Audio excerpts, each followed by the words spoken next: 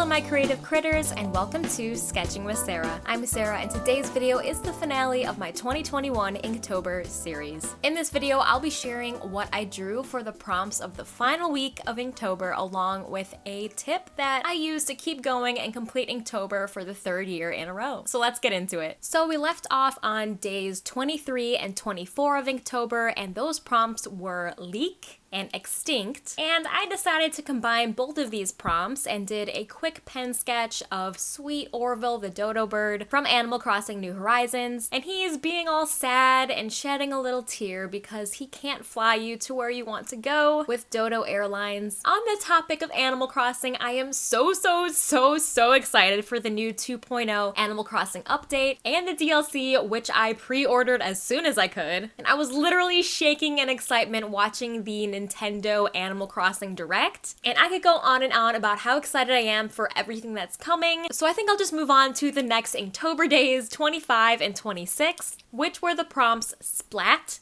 and Connect. So I looked up the definition of the word splats, and I actually didn't know that one of the definitions is that decorative wooden panel on the back of a chair, so I thought I would draw one of those. I also drew a table with that Connect 4 game that I used to play as a kid, and while drawing these things, and since I'm only using pen, and you can't really erase, you have to kind of work with what you got after you put that line down, I had a really hard time getting the perspective right, and I did get pretty frustrated, and since I love including animals in my art in some way, I decided to think up an animal that I didn't have to worry about perspective at all, and the first animal that I thought of was a wiggly, curvy, noodly snake. So I used this drawing a snake as a way to take a break from being frustrated at the perspective of this drawing so far. A weakness of mine is I always avoid drawing furniture or architecture, and because of that, it doesn't come naturally to me, which makes it harder, especially if I'm working in pen and can't erase anything or do guidelines with confidence.